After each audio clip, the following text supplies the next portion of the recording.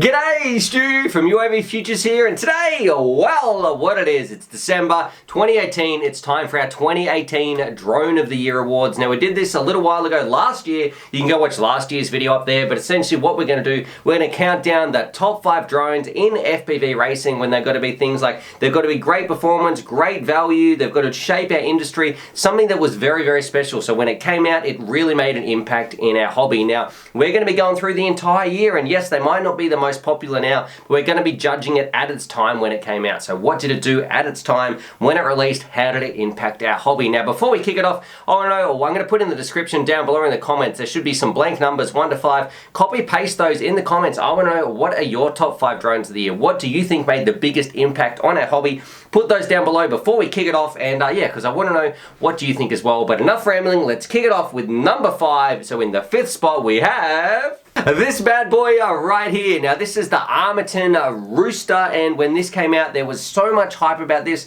It was the first real frame to be using titanium, so hats off to the guys over at Armaton. They built on the success of the Chameleon. It wasn't too groundbreaking, their design. It didn't do anything terribly new because it's a very, very similar shape, but they were the first guys to really be using titanium in here. They made a super strong frame, and I know at the time, listening to what freestylers wanted, a lot of people wanted the Rooster. Nowadays, I think they're sort of going back to the Chameleon, which has also gone back to using titanium, so it's sort of come full circle. But at its time, when this dropped, people were going crazy for this thing. I know a lot of people who got one of these, they had an awesome time, and I know when Trevor smashed his into a rock, he hit it so hard that it shattered the inside of his GoPro. All the ESCs flew off the front of his craft, but the frame was totally fine. So this one coming in at the number 5 spot, well done to Chris and the guys over at Armaton. I'm going to link all these down below as well, but end to the videos. I don't know if little cards should be popping up or those sorts of things, but yeah, well done. The Armaton Rooster definitely made some waves when it splashed. A lot of people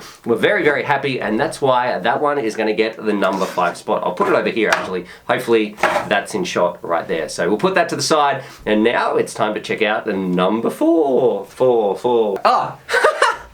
Number 4 is easy to do, easy to talk about, but I don't really have it here on me now. This is sort of a subcategory of drones, and you might be saying, Stuart, you're cheating here. But what it is, it was the $99 sort of types of drones. So when these things came out, I know I did my $99 build V2. You can go watch that. A little card should pop up there. I don't have any actually in my hands to show. I gave those away. But they also did, then we had the Taro 99, which I don't think was as good. And I know a lot of people are saying, Stuart, where's your Taro build? Well, spoiler alert, I lost it in some bushes where there was a lot of stakes, and there was no way. That was in the speed run, so there was no way I was going in there to get it. But anyway, the $99 build, there was also the STX, which I'm currently reviewing from GearBest. Essentially, though, that category of really, really cheap drones, I think, made a huge impact on our hobby. It helps get people flying. They may not be the fastest or the best performance out there, but they are definitely insane value. So that's why in the number 4 spot, I'm going to give that to, I know it's cheating, but I'm going to be giving that to that category of drones, the sub $100 5-inch racing category, where people without too much money, they could still come along, have an enjoyable flight experience, get some skin in the game, and just have a good time, because that's what UAV Futures is all about. That's what FPV is all about. So for me,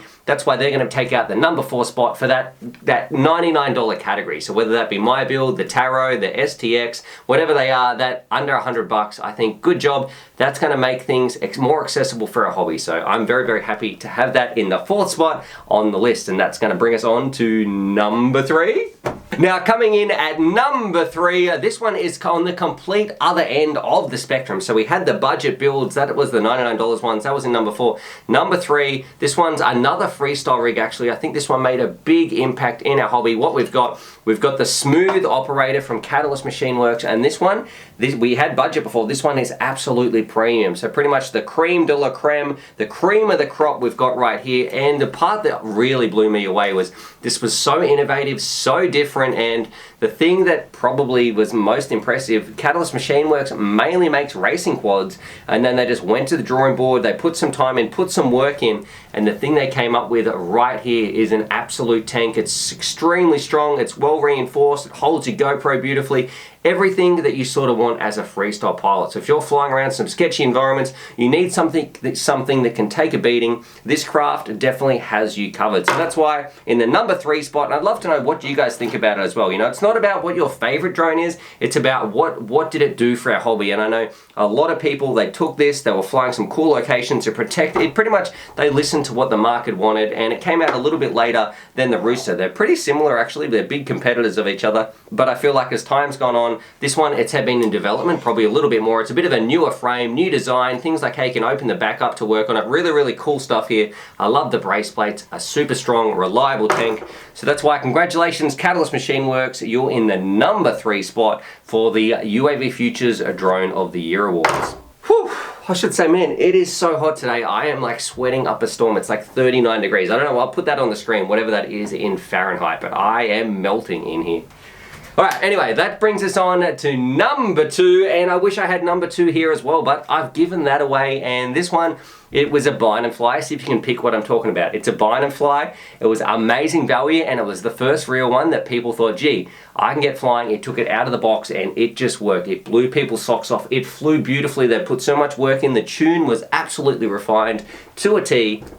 And that is the Emax Hawk 5. So congratulations to Emax, the Hawk 5. That's taken out that's the runner-up, the silver medal for the UAV Futures Drone of the Year Award. And I really don't think too many people can argue with that one. It was just a really reliable craft, and it was the first real time where you could take a drone. It wasn't ridiculously expensive. It was well priced. I think it's about $230 now. But you knew when you took that out of the box, it just worked flawlessly. Even people were taking those things to races. You didn't have to do any custom building, custom tuning, nothing like that. If you just wanted amazing performance that didn't break the bank, that was a bind and fly that really showed people it felt like a top tier racer. It was just such a nice flying experience. So shout out to the guys over at Emax, your Hawk 5. There was a reason it was so popular. It got so many people flying, so many people buying them, because it just worked so well, and the way that pilots would just spread the word about it. Hey, what are you flying? It's the Hawk 5. It's working so well. Other people saw it flying. They wanted to jump in. And my favorite thing, it shaped our hobby and how accessible it was. You could just get one, and you knew it would work, and people would have an amazing time with it. So for me, it's got a big place in my heart, because I know that a lot of people enjoyed it out there, and you got a premium flight experience without breaking the budget. And it was so easy to set up. You could be flying in minutes. So congratulations to Emax for taking out the runners-up spot. And I guess we should talk about some honorable mentions as well. So